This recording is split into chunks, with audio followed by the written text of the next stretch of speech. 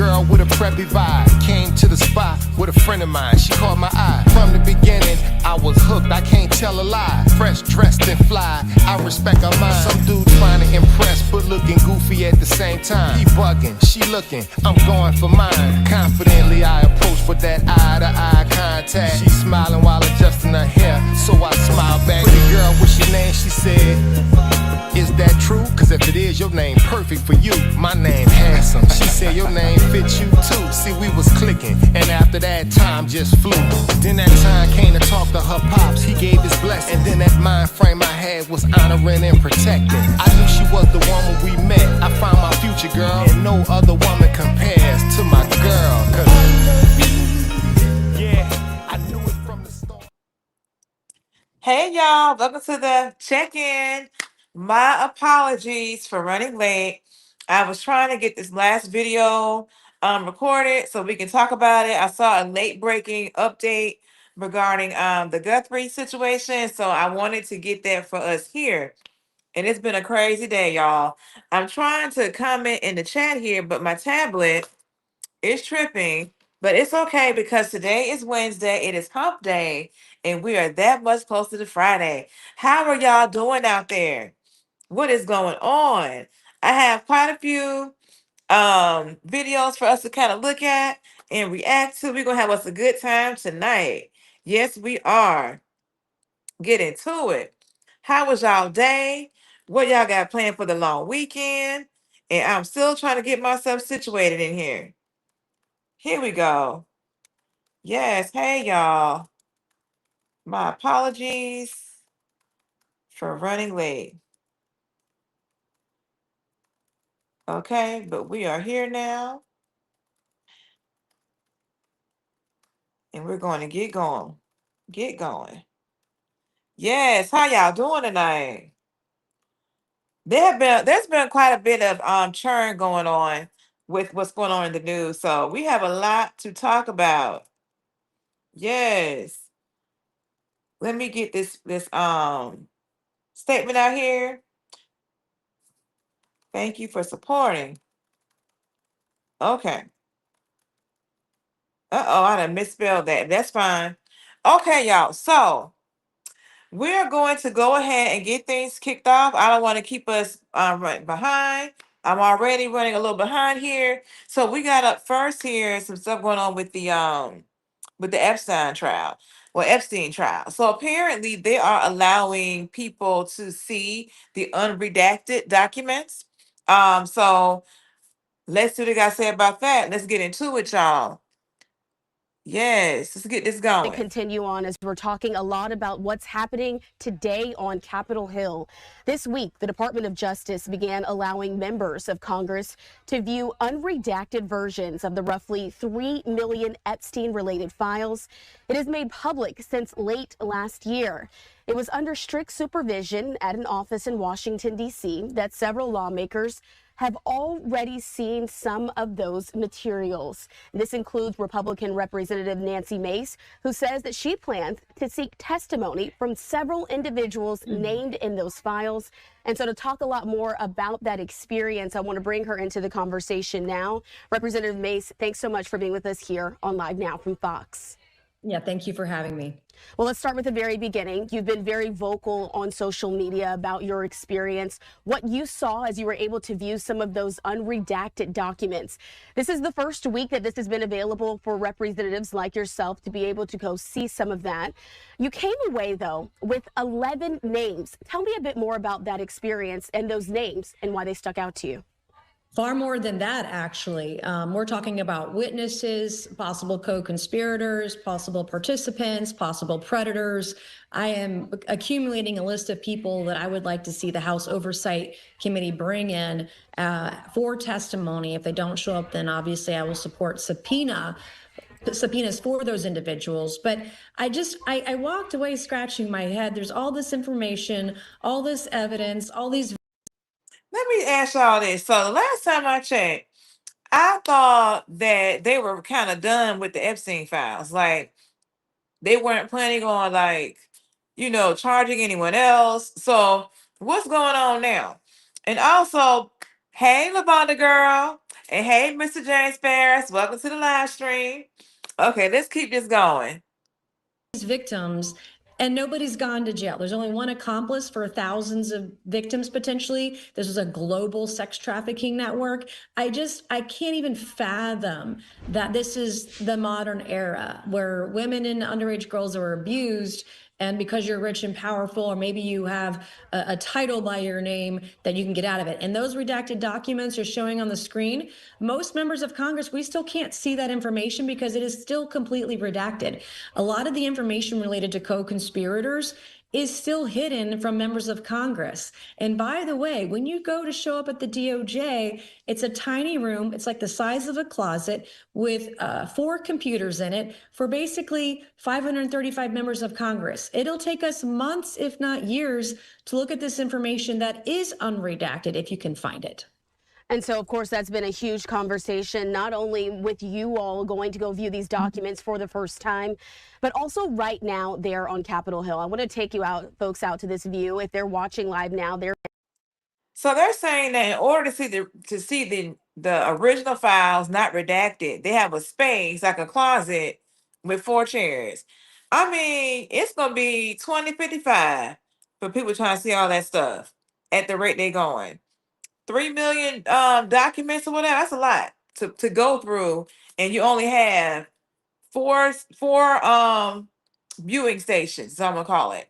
That's crazy. But like I said, y'all, what are they doing right now? I thought that they were not going to charge anyone else. So what's the new big push on seeing the unredacted stuff?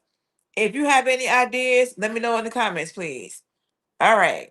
see this in full as we are carrying Attorney General Pam Bondi as she testifies there on Capitol Hill today. But I have to ask you, today in her opening statements, she acknowledged that the Epstein files and the work that the department is doing.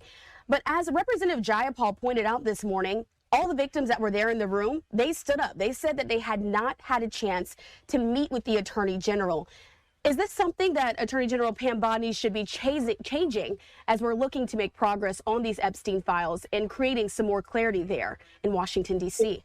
There should be more clarity. There should be more transparency. I, as a victim, have come forward asking the federal government to investigate in my own case and was ignored, just like the Epstein victims were ignored. This is just the modern era. This is our culture. We don't believe women even when they have evidence. We don't certainly prosecute their abusers even when evidence exists. And if you have money, fame, and power, well, the government's going to protect you, and it's going to continue the abuse and trauma of victims. And even, victims in our country, they're treated like criminals, and criminals are treated like victims. That is the culture in our country. And we've seen other nations do more to, I guess, punish predators in the Epstein cases in our own government here in the United States of America, where a lot of this happened. And so we have your statement that you also have put out on X saying that after today's review of the Epstein files, you would like to see some more change and some more clarity. I do, though, have to ask, there's a lot of conversation, not only between folks on Capitol Hill, but regular folks at home in America wondering how high this goes up. We do know that the Trump administration has been very vocal, saying that promises made, promises kept has been what they've tried to reiterate over the last year since coming into office for the second time. As it pertains, though, to these files, do you feel that this is a promise that has been fulfilled, or are there still gaps that need to be filled? Well, look, I want to be very clear. It's under President Trump and his administration that these files are even available for Congress. Former President Joe Biden didn't do this, and Democrats didn't ask him to do this. And this has largely turned into a witch hunt that doesn't exist. Donald Trump is exonerated in the files, and it's very clear he went to the police, went to the feds, and talked about, and I think he might have been one of the very first earliest whistleblowers on Jeffrey Epstein because of what was going on at Mar-a-Lago and him kicking him out. So I think that, my biggest frustration right now is politicizing this. This spans multiple administrations, multiple DOJs, multiple FBI, multiple prosecutors. I'm going to be releasing a letter today to the Southern District of New York that. Let me say this. So I didn't know that President Trump had kicked out Epstein from Mar-a-Lago. Today, years old, knowing about that. Let's keep this going. supposedly provided these documents redacted. I can't view them. That document right there, I can't view because it is redacted, because it was provided by the Southern District of New York redacted. I don't get access to that information unredacted. And so I'm going to be moving very fast and very aggressively to get the information that the American people deserve. And I will be naming names as far as it goes, as high as it goes. I don't care.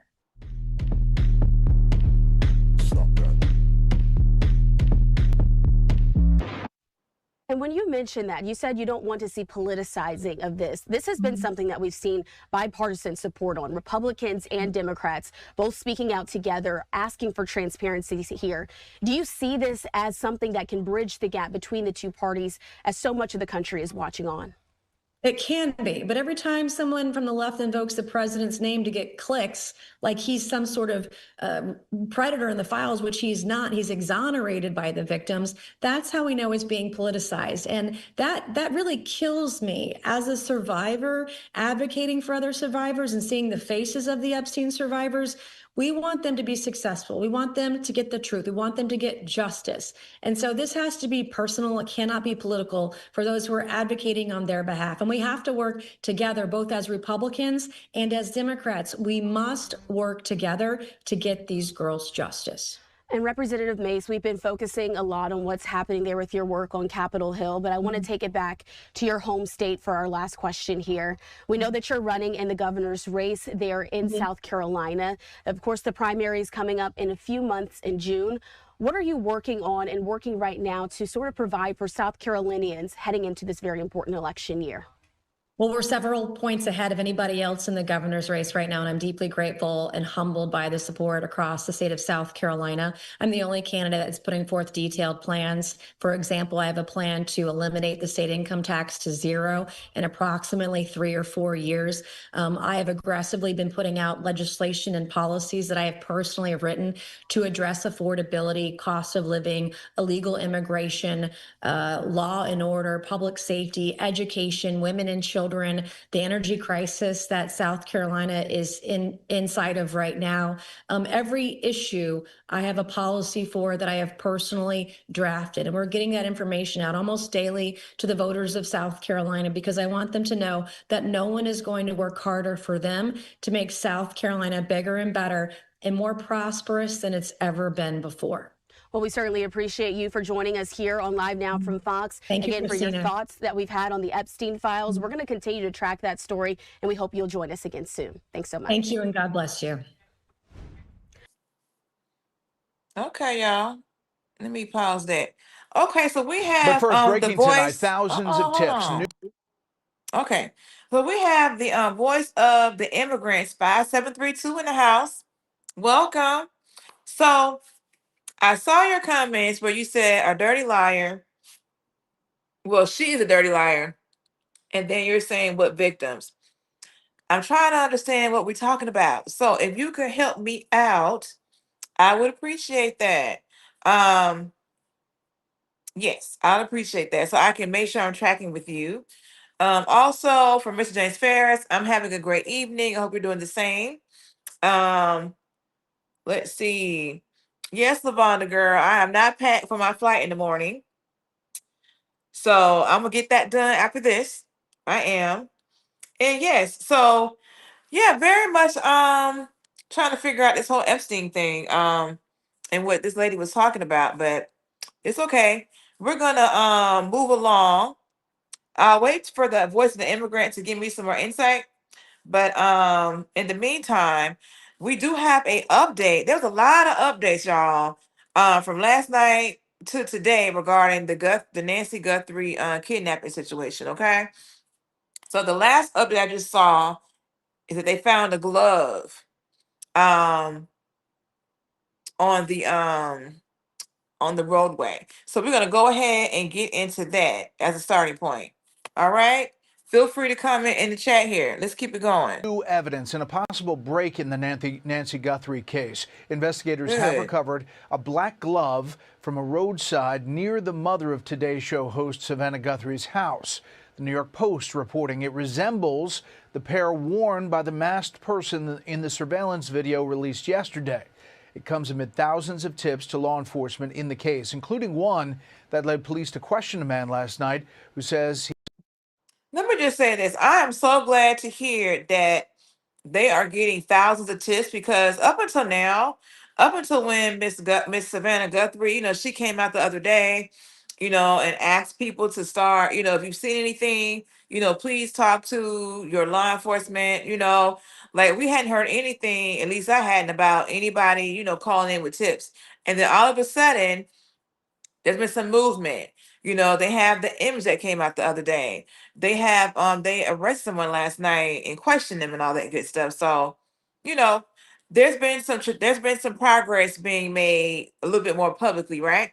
So let's go ahead and just continue on with this glove. nothing to do with Guthrie's disappearance. Chief Correspondent Jonathan Hunt is in Tucson, Arizona with today's developments. They keep on coming hour after hour. Good evening, Jonathan.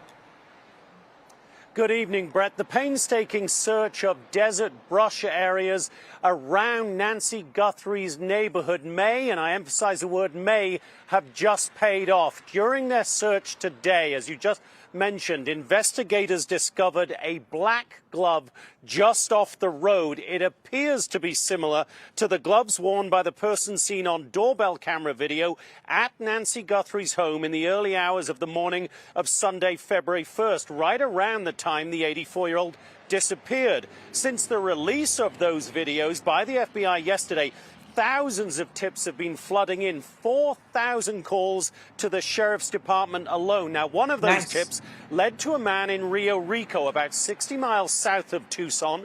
He was detained Tuesday night and questioned for several hours, but then released without charge. All I know is that they show my in-law a picture of somebody wearing a mask or something, and they supposedly look like my eyes. Much of the ongoing investigative work continues to be focused on a potential route between Nancy Guthrie's and her daughter Annie's home, a home Annie shares with her husband Tommaso, who is believed to be the family member who last saw Nancy Guthrie when he dropped her off at her house on the evening of January 31st, just hours before the masked suspect showed up on that doorbell camera video. Now, two people were seen removing items from Annie Guthrie's home today. It's unclear whether they were law enforcement officers or members of the private security detail the Guthrie family is believed to have hired. We are waiting, Brett, to hear more details about this glove. It may be crucial evidence, but we should also point out that it is similar in some ways to the gloves worn by investigators as they search. So, as with so much in this mysterious case, Brett, this could be a breakthrough. It could be absolutely nothing. Brett? All right, Jonathan, thank you. Hey, Sean Hannity here. Hey, click. Yeah, I may be a little skeptical, but I think it's quite intriguing that all of a sudden they done found this glove out there. Um, hmm. Yeah. So haven't they been out there already, like, combing through the desert land, like in the neighborhood and all this other kind of stuff? I mean, I don't know. I don't know what y'all think. So we got we have HG Budney here. Welcome to the live stream. And he says it's making a stupid face part of your character. It is. Yep, it is. And what about that? Anyway, y'all, like I said, yeah, I think it's interesting they found this glove right about now. And it could be they may have found it before, but they were very strategic as far as when they wanted to like share that information, with the people. So I don't know, y'all. We're gonna just keep this thing going. We got Roddy Wren here. Hey, he says finally made it to a tip stream. Yes. I barely made it here myself, but we making it happen. All right, so we have another update here. So this update was from TMZ. Like TMZ got another letter from the kidnappers, allegedly, right? So what we got here real fast? We got John L. Stewart here. Now, you know what? Miss Lavonda told me that I need to redo my settings for my messages because, yet again, I'm not seeing everything on my YouTube. So I'm going to get that fixed, okay? But I see you here, Mr. John L. Stewart. Welcome to the live stream. He said something fishy's going on out there that dares NBC Today Show host damn network of The Apprentice. Okay, John, something fishy going on out there that dares NBC Today Show host damn network of The Apprentice. John, I'm trying to understand that. Help me out. We got Roddy Wren saying, I'm at the gym. Just wanted to say hi. Just say keep up the good work. Thank you. I appreciate that. Yes, get your workout in. I'll be there next week. Get me back in the gym. I done fell off for the week. It's been too cold. Okay, so John L., let me know what you're talking about, please. Then we got Pat here saying, like with the OJ case, there was a glove. By the way, welcome to the live stream, Pat Poindexter. Yeah, I was quite young when they had the OJ Simpson trial. But yeah, there was a glove. And what did they say? If it doesn't fit, you must have quit. Now I do remember that. I do remember that right there. So we have Husky Mom 5799. Welcome to the live stream. She says these files should have came out 17 years ago. Husky Mom, I did not know that this has been going on that long. And I guess now that I think about it, I guess some of these ladies, they were, I guess very young, but now they're a little bit, seasoned now. So yeah, I did not realize how long this had been going on. So you are totally right. I hate that these women had to go through that. You know what I'm saying? As young ladies or women at any age going through that, to be honest. That's crazy. Yes. So, okay, y'all. We got Roddy Wren and Miss Lavonda having a little conversation. So that's fine. I'm gonna see what else we got here. Okay, we don't have HD Butney. He didn't come back with no comment. Okay. That's fine. You're welcome here, sir. For those who are here, please support the channel if you don't mind. It is free. Okay, but let's get to that next update with TMZ and the latest ransom note. Let's get into it. Z has received another email from somebody demanding money. This is somebody who says they have been trying to get in touch with Savannah Guthrie's sister Annie and Savannah's brother to no avail. And they are now saying that they have information. Let me say this. I think it's interesting that the person sending this letter, they're not the kidnappers. They're saying they have information that would be useful to the family. But the person with the money, to my knowledge, is Miss Savannah Guthrie, who makes $8 million a year. So I mean, let's keep this train going. Why does this thing keep flipping? My apologies, y'all. Okay, now let's play. About who the kidnapper is, and they are demanding money. They want 1 Bitcoin, which is around $55,000, $56,000, depending on the hour. And they are saying at the end, time is more than relevant. So they have a Bitcoin address, which we have verified is real, and that they want 1 Bitcoin deposited, so in return for giving information about the identity of the kidnapper. Now, again, this is not somebody who says they've kidnapped Nancy. It's somebody who says they know who has. We have no idea if this is authentic. we have forwarded it on to the FBI, and they are looking at it. And we got this early Wednesday morning. Beyond that, we have already told you that there has now been activity in this Bitcoin account that was included in the first ransom note that we received. We are not saying what kind of activity, how much money. I know there is another story out there about that. We are not going to comment on that.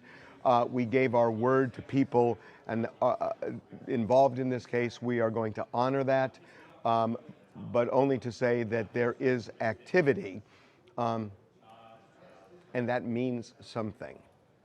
A couple of other points.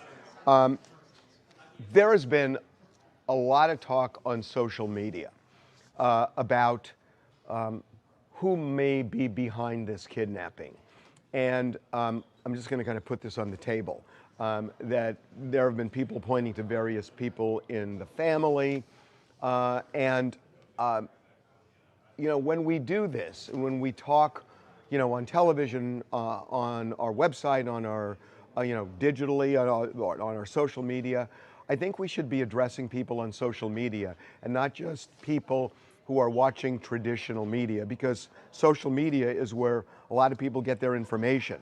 And I know this is swirling on social media, so I just want to say this, that we do not have any information, that would implicate family members. I am not saying that it's true that somebody may be involved.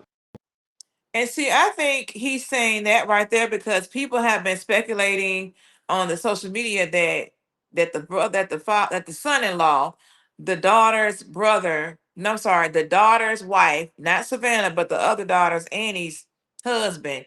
Yeah, I'm all over the place. The people have been speculating that the son-in-law of Miss Nancy, which is gonna be Annie's husband, who was last to have seen her allegedly. They're saying that he is involved in this. That's what the streets is saying. So I first why he's trying to put out that disclaimer about what info they do or do not have when it comes to family. That's my guess on that. What say y'all? Why this thing keep flipping? Not true, but I am telling you that we have spoken with numerous people. We are not hearing anything about that. I know there are lots of stories out there that so-and-so is being looked at or whatever. I am telling you, we've gone down that path. We've asked questions. We have absolutely no basis to say that is true in any way, shape, or form. So in terms of leads, to me, there are 3 leads right now. Okay. One is, given the videos, we know that this is somebody who is somewhat stocky. It is a male. It's somebody who has a mustache and either a goatee or a beard. Law enforcement has told us, people involved in this investigation, that they believe that whoever took Nancy is from the Tucson television area. And that's why, or one of the reasons why, they were sending notes not just to us, but to local television stations there. So at least now they've got that description. On top of that description, if the email that we received is written by the same person who came to Nancy's door the night she was kidnapped, it would be an intelligent person based on the construction of that email, as well as somebody who is tech savvy. So in terms of people calling authorities with clues, it is somebody, it would seem, who is tech savvy, who is intelligent, who is somewhat stocky, a male with a mustache and either a goatee or beard. That is something. And there may be something identifying about what that person was wearing. So that's one path. A second path is Bitcoin, and I will just leave it at that. And the third path is, one of the things that authorities do all the time when they get a video like this of somebody who they believe is the kidnapper, is they look at what they're wearing and they try and find out, where did they buy it? So, you look at the gloves and they seem bizarre. And there are things about the getup that are unusual. And so if the authorities can figure out where these things were purchased, because you look at that and is it something somebody would just have in their house, or is it something they would go out to buy within a fairly narrow time frame before actually doing it? And a lot of people who do that think, okay, I'll pay cash, and therefore there's going to be no record of me buying it. But there are records that many stores have where they can find out who purchased an item like that and when. And if there is surveillance video in the store, if they bought it at a big store like a Home Depot or something like that, and they can find out even when somebody purchases something with cash, if they have a time frame on when they purchased it, authorities have often gone to the store, gotten surveillance video, looked exactly at that time, and sure enough, they have somebody going to the cash register with that item. And that becomes almost... Let me say this. I mean, what he's saying makes great sense, but if this kidnapper is as astute as they say that he or she is, he probably wasn't the one that went to the store and bought this himself. He may have gotten somebody else to go buy. He may have bought this stuff months ago. Like, who knows, right? So, I mean, this is all great speculation and great theory, but I just don't know if that person, would have done that himself. Just my personal opinion. Feel free to share your thoughts in the chat, y'all. Oh, we got Abby here. Welcome to the live stream, Mr. Abby. Let's keep it going. Y'all, this thing keep flipping on me.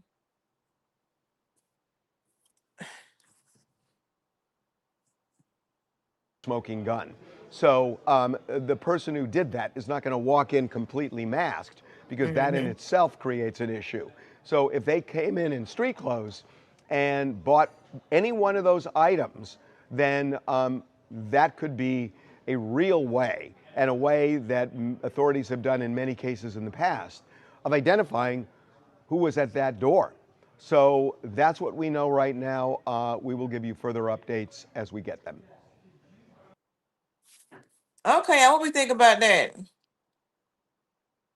The person that is providing this new letter to TMZ is now asking for 1 Bitcoin in order to give them any information. What happened to people wanting to help and and providing info? They want to be discreet like the kidnappers. I mean, ain't that crazy? And I believe they were already offering, they upped the reward for information like 50K anyway, like 50K cash, if I'm not mistaken. So let me see what's going on here. We got we have Ro Johnson 900 in the house. Welcome to the live stream. He says, well, he or she says, no, what he's saying is true facts. I think it's true. I do.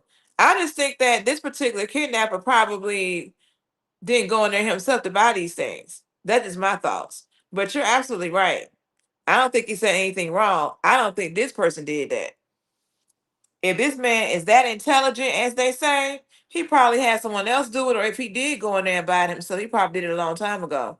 That's just my guess. But I don't know who has kidnapped anybody. I'm just talking here.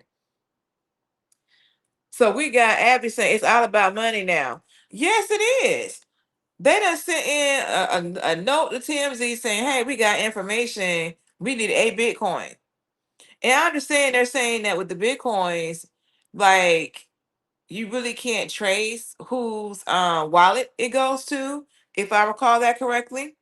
Because you guys remember in the first ransom letter, they included a Bitcoin address, a wallet address or whatever, chain, what do you call that? And so TMZ and others have been like monitoring, like, if there's been any money put in there. So I may have a video on that, because I remember seeing they were talking about that the other day. They have been watching to see if there's any money being put in there, that kind of thing. But yeah, so I don't know, y'all. So last night, based off all of the new tips coming in, they did arrest someone, but they got released because they weren't, I guess they just didn't have a reason to keep them, right? Um Let me see what Roddy Rand's saying. He's saying that's that hustle mentality. I respect it. I mean, I respect the hustle too, but I mean, this lady has been kidnapped for what, 11 days now, right? Don't have her medication. And, you know, I just don't know. Like at some point, I mean, yeah, and her daughter got money. Like, I mean, if you got information, like, why not go ahead and provide it? Because my thing is that at this point, like one Bitcoin, I want to say is valued at like $50,000 right now. So that's pretty much equivalent to what you would get in cash from the reward pot. So why would you want to do the Bitcoin route when you can just go ahead and give the information and get the reward money? Like, I'm just speculating. I don't know. Abby says, how old is the lady? Did they say? Yeah, she's like 84 years old. She's 84 years old. And so Abby, you may not know, but I think she has a pacemaker, if I'm not mistaken. And so when they kidnapped her, I think they knew that she had a pacemaker. They left her phone at the house. So otherwise, they can track the pacemaker and things like that with the heart using the app on the phone. But they left the phone and disconnected everything when they took her. What we got here? We got Pat Poindexter. Welcome to the live stream. I think I told you that already. Don't mind me. The man they arrested was a DoorDash delivery person delivering food. Yes, he did say that he delivers food in Tucson. Yes. But he was saying he didn't know anything about, what was going on, all that good stuff. And he did not know if he even delivered like food to her, but he is a delivery driver, yes. But let's go ahead and get into this video because I want to say when they did like a traffic stop or whatever and got him, then they went to his in-laws house and and did some search at the in-laws house, broke down the door. So hear what the mother-in-law got to say about that. Let's get into that. If this thing don't stop flipping. Telling us that they had somebody gave a tip that the lady was in my house. I don't know her name. ¿Cómo se llama? Guthrie. That we don't know. We don't know her. I don't know who she is. I don't know anything about her. They only said that they gave a tip that she was in my house. And I told them, you can go in and search my house. There's nobody there. I have nothing to hide. There's nobody in my house. And I don't know what's going on. I mean, do you have any family members that might know? No, they're investigating my son-in-law. He's not have nothing to do with that either. I don't know else. What's his name? It's Carlos Palazuelo. They have nothing to do with it either. I don't know what else to say. Yeah. They're just invading my property. I told them they're going in and out my house, taking a lot of pictures and everything. I mean, like I told them, we're not hiding anything. I give them permission. You can go and search. There's nothing in my house. You won't find anything because we don't have nothing to hide. Is this your son-in-law's vehicle? The one that was on the side of that's my daughter's vehicle. So what is your son's name? My daughter. Your daughter. Yeah, that's So do you live in? It's her husband. So it's your son-in-law. Yeah, who my they son. took away. Yeah. And Carlos and last name? Palazuelos. Yeah. He has nothing to do with that Did he either. ever say anything about Nancy Guthrie? Nothing. y'all. We never. Why like is I the told video the not showing? FBI, the investigator. Okay, is it gonna show now? I knew anything about her. I said I saw her on Facebook, but I didn't read what was going on with her because I don't know her and I don't have the right to. I know what happened, y'all. Okay, okay. Is that what's going on here?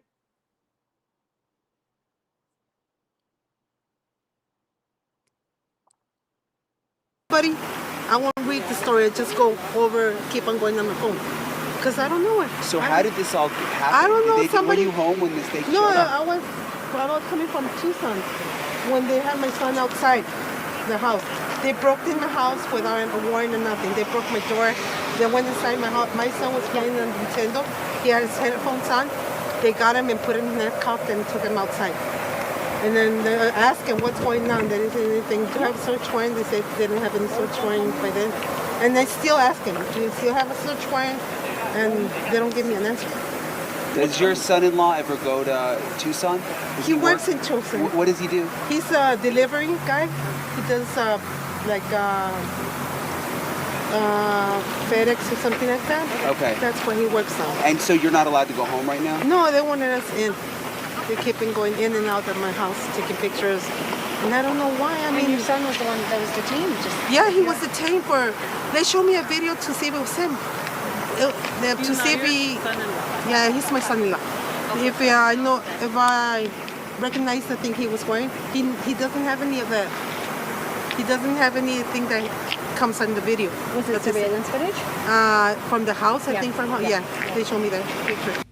So authorities are serving a search warrant in Rio Rico. They go into this woman who you just saw. They go into her house and they detain her son-in-law. Her son-in-law, yes. And right, and it took a vehicle in possession, it looked like. She was giving some names. Obviously, none of those names have been confirmed at this time. We haven't really confirmed with authorities either about what she is saying, but obviously a very revealing interview. And also, this is on top of the traffic stop that was presumably made on a different person, and that person we do know, because the Pima County Sheriff's Office has confirmed that they are questioning this person tonight. Right. But no arrests have been made. So a possible second person in this case. Yeah. All right, we'll be right back. Okay, so y'all heard what the mother-in-law said, that the son-in-law that got, questioned, he is a delivery driver. She said like maybe FedEx, something like that. Like she don't know. That's interesting.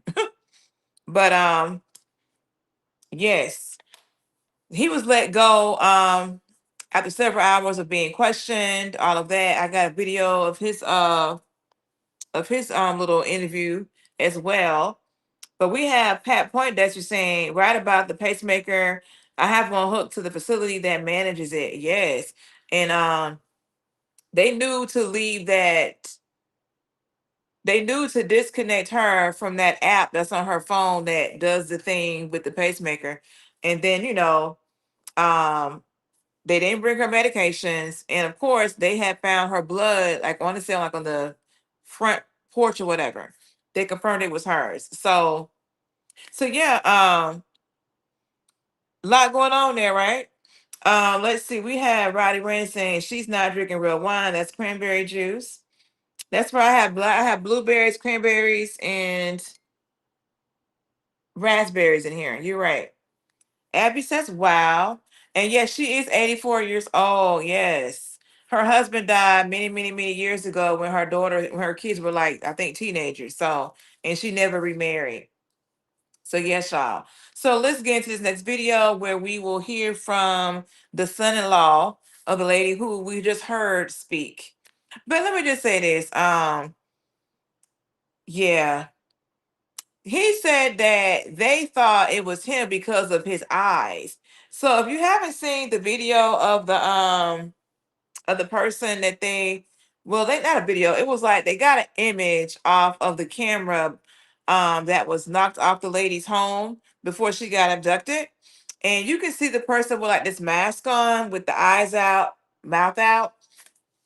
And he's saying that they thought that he had the same eyes as the person in that video. And maybe the same like build or whatever. So yeah, let's keep it going.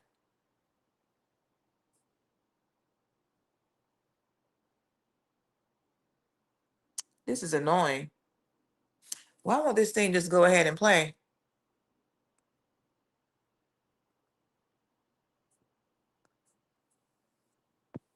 What happened? They arrested me for kidnapping, which I don't know what's going on. So what? How did this? I'm from Rio Rico, as you can Yeah. see, and it's Pima County Sheriff's. And so what? How did this all start? How did they stop you here? You were driving here, No, or my wife was driving. Your wife was driving because they were following me. And once I saw they were following me, I pulled over. They didn't even have to put a traffic stop or anything. I got off the car, and they arrested me as soon as I got off the car. They didn't even tell me what was going on until the detectives got here, like 2 hours before I got arrested. And then the detectives got here. It was the FBI agent in Santa Cruz County. and they told me I was being detained for kidnapping. And I asked them, like, well, kidnapping of who? And they told me this lady, I don't know her name. And Nancy Guthrie? yeah, that's her. And I told them I work in Tucson for GLS. I might have delivered a package to your house, but I never kidnapped anybody. They hold me from like 4 to right now. So it was about 4 o'clock and they're holding you to right now, so after midnight? Did they tell you anything? I mean, you're in the back of the truck. They didn't tell me anything until right now. Like I said, like the beginning, they answered my, like, they wanted me to answer their questions, like where I was, what hours and all that, and I answered the questions. And right now, all they told me is that I'm free to go. So do you know, had you heard of, and Danny, do you want us to come closer to you here? Yeah, come over here. So we'll just walk, sorry, I just want to clear this up because they're making a big stick. What's your name, brother? Carlos. Carlos? Yeah. I'm Ford. It's a pleasure to meet you. Yeah. And Carlos, do you mind sharing your last name? Nah, no, you're good? Yeah. So Carlos. So walk me through it. They had you here. I know you just said it. Had you heard of Nancy Guthrie before tonight? Never until today. Never until today. Yeah. So I didn't. They told me I watched the news and I googled her number or her name and I prove it to me, and they couldn't prove it to me. Like they didn't have no it was insufficient evidence. Like they only had a phone on me. That's all they had. And supposedly I was at her house, but like I said, I work delivering packages for GLS. I might have delivered a package to her house. But didn't kidnap anybody? No. So what's going through your head when they're telling you kidnapped somebody? Shit, bro, I'm facing life. I'm gonna lose everything. And so they have all this. They detain you. You're here for hours. And what did they just tell you? That I'm free to go. Free to go. Yeah, and Pima County, they already cleared me, but the FBI, they might not or something like that. I don't know. I'm still like. So Pima County's let you go. They said the FBI may be in contact with you or something like that. They didn't say something like that. They just the detective in charge right here. I don't remember his name. He told me that they're not looking into me no more, but somebody else might. Okay.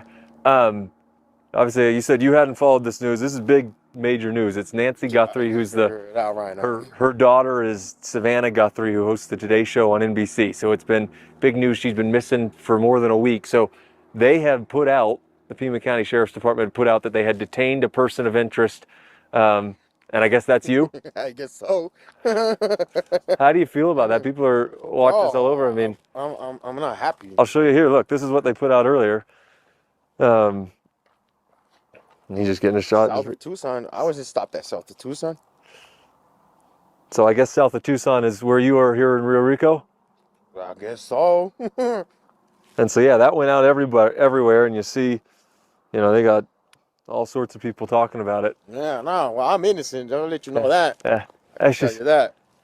I didn't do anything. Like I said, I didn't even know what was going on until the FBI and the Pima County detective arrived, and they told me, well, you're being detained for kidnapping, and all of a sudden they read me my Miranda rights. Now you're being under arrest. I'm like, what the fuck is going on? And now free to go. Yeah, now I'm free to go. Oh, man. What a night, huh? Bro, tell me about it. And your family's doing all right? You got to see them? Well, they broke into my in-laws' house. Now we got to go, like, to...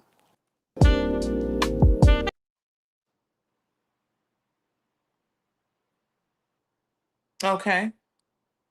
Okay, yeah. So that was a gentleman that got detained and got released like around midnight this morning.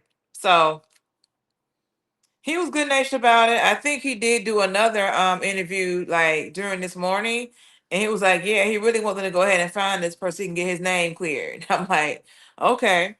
But yeah, he took it in stride, I guess. I mean, yeah. So that is the latest that they have going on as of right now regarding Miss Guthrie here. Like I said, there is a reward for any actionable tips up to $50,000 cash. So that's why I wasn't understanding why they want to ask for a Bitcoin, if you can get this 50K, but I digress. Let's see. They have not received any proof of life yet. I want to say the second note that the kidnapper sent was saying like, yeah, she's scared, but she's fine. Like that's not proof of life. You know what I'm saying? And yeah, I guess they're gonna have to rely on the experts. The family will rely on the experts to let them know, like, hey, I mean, because you have a lot of people coming to them saying, hey, we want 50K, we want this, we want that. I mean, I want to say the second ransom was like for $6 million, which they did not provide. They did see some movement in the account of the Bitcoin that they were supposed to put money into. But you know, TMZ was saying they can't really give us any details on what that movement means. In my opinion, they probably have put money in the account just to see if they could probably trace where it goes, if it left the account, if you will. So I don't know about all that. And yeah, that's kind of where they are right now. But I'm sure they have a lot of things kind of going on in the background, in the scenes, you know, in the background regarding what's happening, and they just can't share everything, which I'm glad they're not, because you can't let these people be one step ahead of you by them knowing what you're doing. You know what I'm saying? So I'm hoping that they're making some good ground in finding this lady. Because I mean, 84-year-old woman with a pacemaker, you know, life requiring medications. And my goodness, I just don't know what I would do. But yeah, so what we got here? We have Abby saying it's all good. He was wrongfully detained and should sue. And like I said, yeah, they need to get their mother's front door fixed. Yeah. He wasn't a black man, he's Hispanic, the guy that was detained. Now you really couldn't see him in this video, but in the video he has for the daylight in the daytime, you can see him clearly. Because here he was kind of like having his back to the camera, but on the daytime video that he did, you could see his whole face in the daylight. So he's definitely Hispanic. Then we got Abby saying, looks like wine. Laugh out loud. Yeah. Okay, but what do you all think about that? I'm hoping that they will be able to, you know, get her home soon and safely, but I don't know. We're gonna see. But next up, we have a situation I wasn't really familiar with regarding a person that was shot by a ICE agent in Chicago. So let's get into that, because this happened before the situation with Renee Good and Alex Pretty. And I think that this lady went to court so that she can have all of the footage surrounding her situation be released. So let's get into that.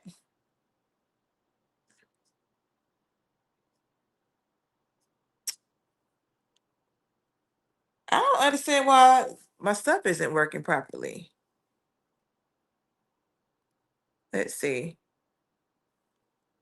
Let me go back to welcome. That worked. Let's go back here.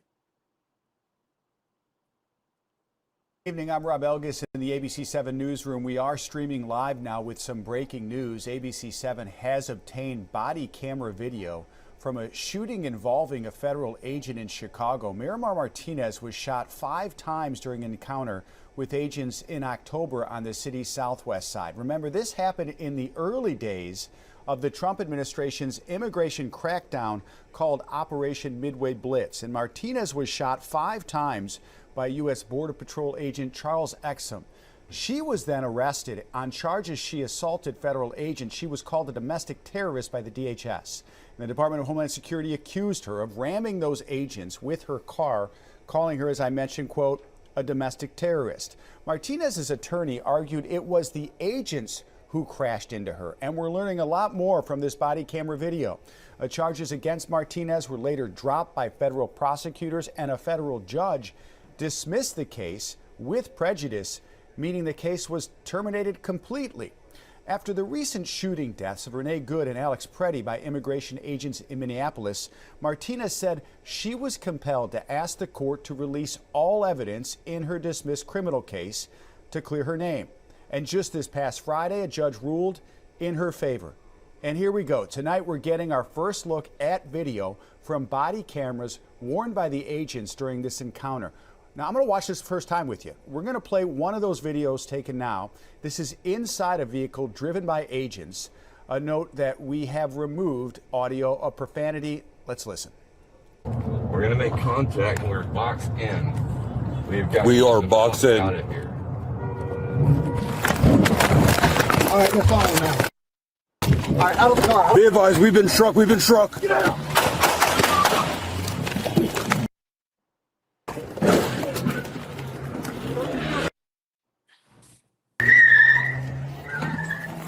All right, we got shots fired. We need backup. Those pauses of the audio are the profanities that we have blocked out. You could hear that agent saying, quote, "We're going to make contact. We are boxed in." And then the driver appears to jerk that steering wheel, and you hear an agent say, "We've been struck." The vehicle stops and agents jump out, and moments later you hear a quick succession of gunshots. Earlier this month, Martinez testified about this incident on Capitol Hill, and she said her testimony is evidence of a pattern of lies told by the federal government. According to previous court testimony in this case, federal prosecutors revealed there is an ongoing and pending criminal investigation into the Martinez shooting, with an outside U.S. Attorney's office still retaining possession of Martinez's car. And DHS officials have said they still stand by their previous statements about this shooting. Once again, if you're just joining us live, we are going through videos just released in the shooting of Miramar Martinez by a federal agent here in Chicago. We're going to play that clip again, which captures the moments of gunfire. Once again, you'll hear some audio. Have y'all heard about this situation in Chicago? For whatever reason, I was not tracking it, but I mean, this little woman got shot 5 times, and then they tried to say that she tried to attack them, but ended up dropping the charges. Like that's something right there.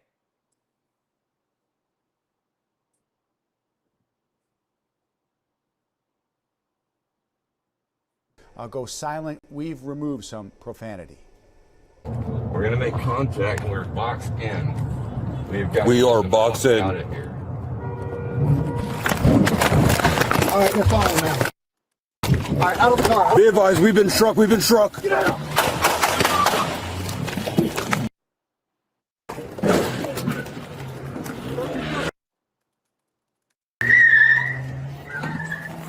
All right, we got shots fired. We need backup. Martinez says that after this moment, she realized she was bleeding from multiple wounds, and she saw her life flash before her eyes. And she drove to a nearby auto shop for help, and she was rushed to the hospital. Now that charges against her have been dropped, she says she is fighting to clear her name, and that's why she asked the court to release this video evidence we are now seeing. DHS officials have said they still stand by their previous statements about this shooting. Our I-team has been looking at all of this evidence. There is a lot of evidence that was released late tonight. We are expecting most of it tomorrow, but it looks like some of that has come out tonight, including what I've seen were a few text messages allegedly between agents, and also at least one email from former Commander Gregory Bovino about this shooting, referencing the agent's name in that email. The I-team has a lot of work to do tonight to canvass through all of this, but once again, we're getting our first glimpse at body camera video from agents who were allegedly there and witnessed this shooting after the DOJ dropped its case and a judge dismissed it. And Miramar Martinez is a free woman who was called a domestic terrorist by the Department of Homeland Security. In this video, there is no evidence of that. In fact, she is an innocent woman who is not facing any charges. We're going to go through this and continue to take a look at it. Our team's working right now to get through all of the audio, all of the video, and the emails and text messages that have been released. And look for a full report on Eyewitness News tonight at 10. And follow us here, ABC7 Online, for updates, and you can get a lot more there. I'm Rob Elgis in the ABC7 Newsroom with this breaking news. We'll see you again tonight at 10 o'clock. So now, what y'all think about that? I mean, for whatever reason, at least for me, her case did not get nearly as well, I guess because she survived. But I mean, that's still a interesting story. Being, accused of ramming the ICE agents, being shot 5 times, driving yourself away, going to an auto mechanic place, and then getting taken to the what's that place called? The hospital from there. Like, that's an interesting story right there. I definitely missed that one. So we got Joseph back. I thought that was you, Joseph. Welcome to the check-in. Hey. He said, yet again, ICE trying to kill someone, well, unalive someone. I said that. Okay. Then we got H2001 in the house. Welcome to the live stream. Saying, yes, I have heard. It's horrible what they did. Thank God she's alive. Yes, I did not hear about that. I did not. I did not realize. I guess you know what? I do remember them talking about bringing the folks at Chicago, but I didn't recall hearing anything from, regarding any type of protester interactions or anything like that until everything kicked off in Minneapolis. That's kind of when I got plugged into it. But yes. Next up, you guys remember, oh, we got those up saying thanks for the shout out. Of course. Yes. So you guys remember Luigi? Wait a minute, what we got here? We got Mr. Scott Rayburn. Welcome to the live stream. When hate becomes head of the household, evil sets all the examples. That's a good quote. I like that.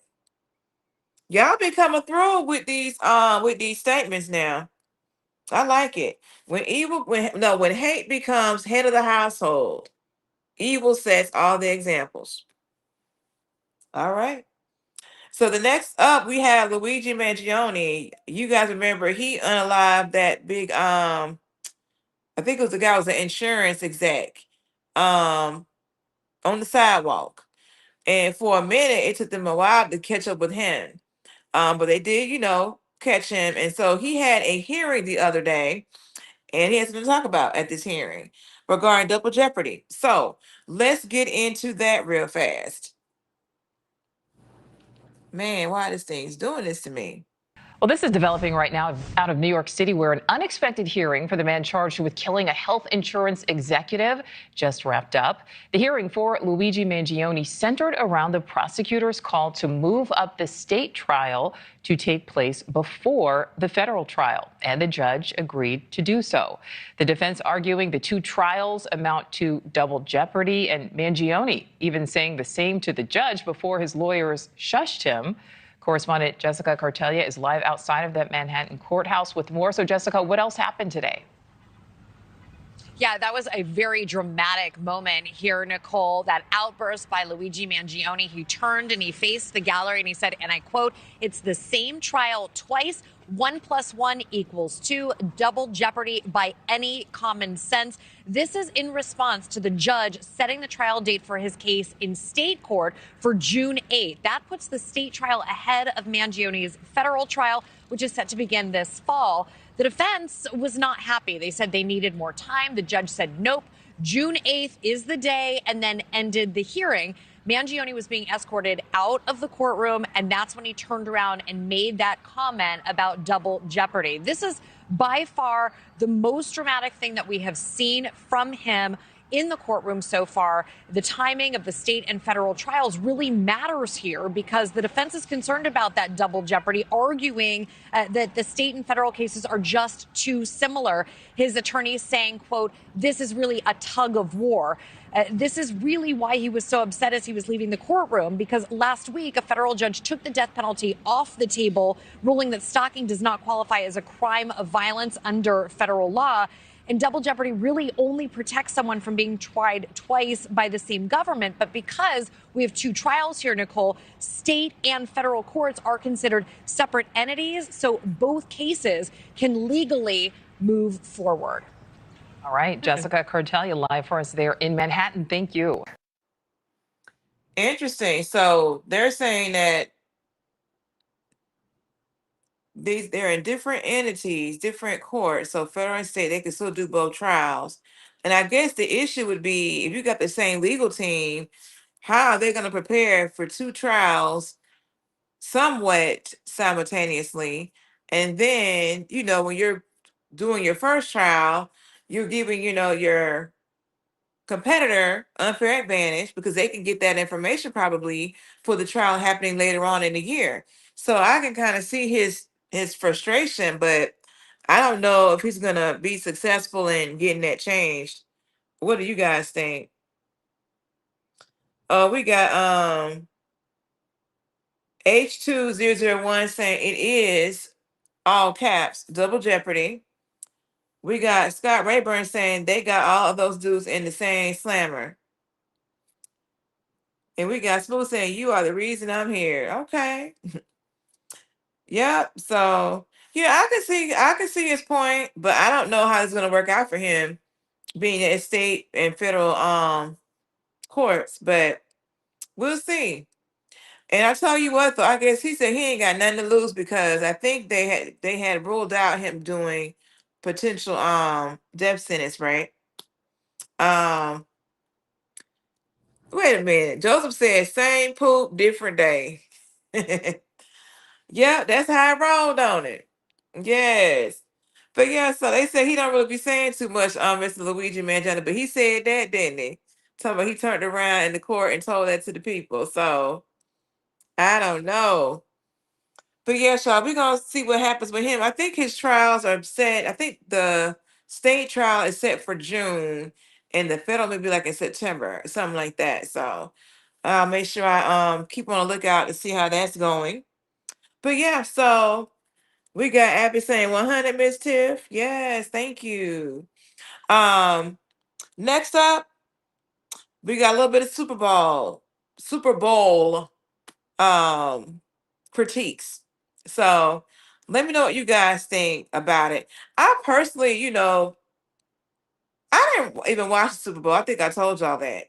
However, I mean, the parts that I did see, I didn't think the Super Bowl that the halftime show was bad. I mean, it was different, but they had the all Spanish music. They had the wedding going on out there, and I mean, we do have Puerto Rico a part of America, and I think that it was more about showing us as one, if that makes sense. More about like unity and things like that. And I think there was some underlying, things going towards hitting towards like this whole immigration situation, all those challenges. But I thought it was a good concept anyway. We got Abby saying Bad Bunny, laugh out loud. Yes. Let's go ahead and get into this, y'all. Why this thing ain't playing?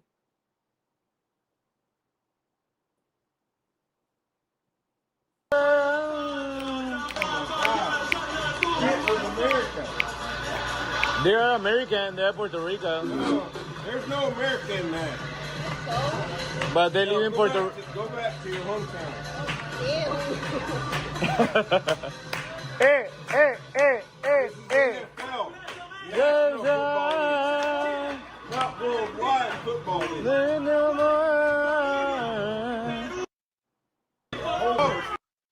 You're trying to push your language on our country. Live here. I know English. And understand. Three language. And you, how many languages you know? Just only one? Go back to your own country. And where are you country? If you want to speak Spanish, go back to Mexico. Speak German. Go back to German. Okay. Go. So yeah, why this man telling this dude that he need to go back to his country? Do he not know that Puerto Rico is part of America? Like, do people not know that Puerto Rico is part of America? We got Joseph in the house saying La Raza, I am 25% Rican. Okay, that's what's up. Yes. I went to Puerto Rico once. I had a good time. I wouldn't mind going back. I think I'll better appreciate it now if I was to go. We got H2001 saying Bad Bunny had to wear a bulletproof vest. I did not know that. I did not know that at all. Wow. That's sad that he had to wear a bulletproof vest out there to that Super Bowl. Yeah, so we got Abby saying that's ignorant. Yes, to go back to Mexico. These folks ain't from Mexico. They are from Puerto Rico. I had a coworker that was her and her husband. They are both from Puerto Rico. They have a house there. They kind of live here in the States and then go back home to Puerto Rico, like, when it gets cold or whatever. Pretty good setup. So we got H2001 laughing, and we got Lou saying, yes, many people do not know that. I didn't know that. I mean, because that man said that with his whole chest. But I like how the guy was like, hey, so how many languages do you know? You know what I'm saying? I thought that was kind of slick because he probably only know a language, which is English. But a lot of times, when Americans travel overseas, they kind of expect these other people in other countries to, understand English. And that's why whenever I travel overseas, I have like my little translator app so I can at least try to communicate with them in their language. Although most times they have decent English to communicate with me in English, but it's all about showing respect to the culture and and to what they got going on. So we got Joseph saying, my family owns Ron Rico. What is Ron? That's the place where that guy got stopped up at, wasn't it? No, that was called Rio something. What's Ron Rico? Let me look that up. What is Ron Rico? Y'all know I don't be knowing. What is Ron Rico? Oh, that's a budget-friendly Caribbean rum brand established in 1860 with roots in Puerto Rico. Okay, we got some royalty up in here. Okay. Now I love me a good mojito now. Okay, I'm gonna have to go look up this Ron Rico. Let me write this down. See if I can find that around here. If I go to the store. And you said my favorite word here, budget friendly. Okay. Thank you for putting me on. Yes, Ron Rico in the house. The rum maker. Yes, that's what I'm talking about. Now, what I really liked, y'all, was someone had got a video of all the people, leaving out of the Super Bowl. Well, leaving after the halftime show. And it was good vibe. So check this out. Why this thing doing that? Play.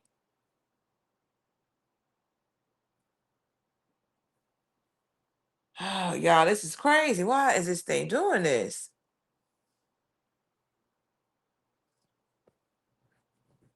Now I want to be on mute. If they don't stop playing with me with this.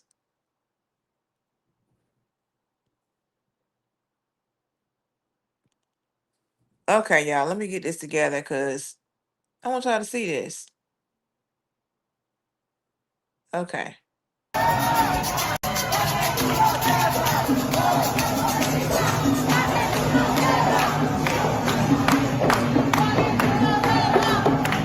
All right, I'm lined up waiting to get in. I'm gonna redo that, y'all, because I want y'all to see this from the beginning.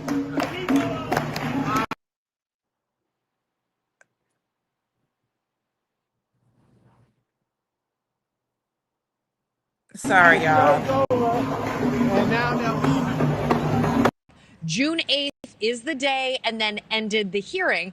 Mangione was Oh, being it went back escorted too out far. of the courtroom, and that's when he turned around and made that comment. Let me kind of go up some.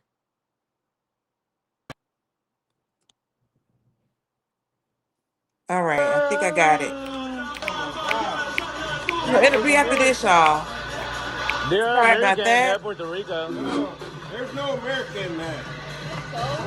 But they live in Puerto Rico. Go back to your hometown. No, go back to your geography class.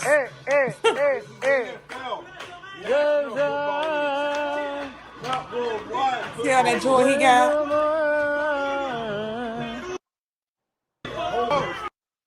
You're trying to push your language on our country. They're not killing this man, know Joy. English. I'm with him on that. It's three language.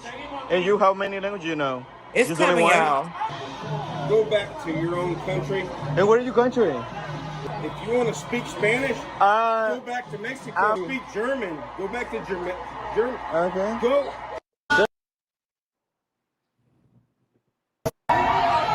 Here we go. All right, Bad Bunny.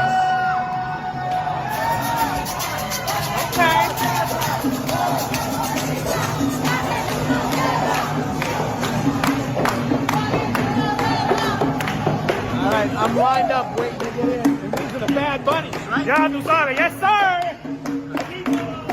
All right, the show's over, and now they'll leave.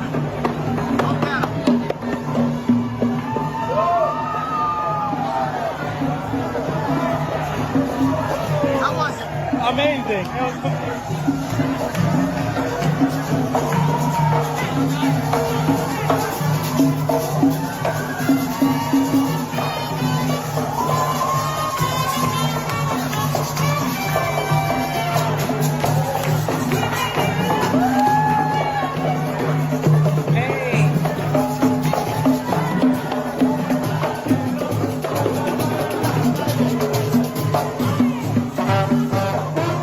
We were waiting in line and the security moved us because they're like, these guys are coming out.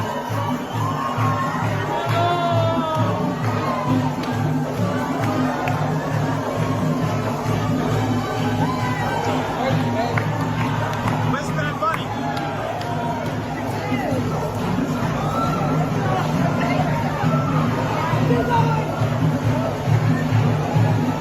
You're right behind the room. Right. Okay, y'all. Let me see what y'all saying here in the chat. Y'all saying, okay. Joseph says normal people coming together. I know that's right. Like you can see all the joy that these people had. Like even the guy that was talking to the man at the little bar, and he was like, how many, lenses, like I mean, you could not, kill his joy or his vibe. I like that for him. So he said, Abby says he was mocking them. I mean, that's fine. Yes, I'm assuming the Puerto Rican guy was mocking the white guy, or whatever. That's fine. But hey, he was enjoying himself and not bothered. I know that's right. And Abby said it's like a halftime Latin celebration. It was. It was. I'm very excited for the people that they got to see, like their culture on display at this you know, at the Super Bowl, this big event. So I think that's kind of a big deal. But yeah, Sean, so what did you all think about that? And yeah, so okay, y'all. Tomorrow I am going to do unfiltered conversations. That's gonna be I'm gonna make that happen. I am traveling tomorrow, but it's gonna be different as far as my location. I'm not sure. I might be in the car. Who knows? But I'm gonna make it happen, y'all. But if you're gonna catch the replay here, please put a comment in the chat if you don't mind. And yes, I will see you guys tomorrow at 7:15 Eastern. And we're gonna have a good time cutting up, okay? So with that, I need to go ahead and pack and get ready for my flight. That's at 6 in the morning. And I will talk to you all tomorrow. Have a blessed night and stay warm.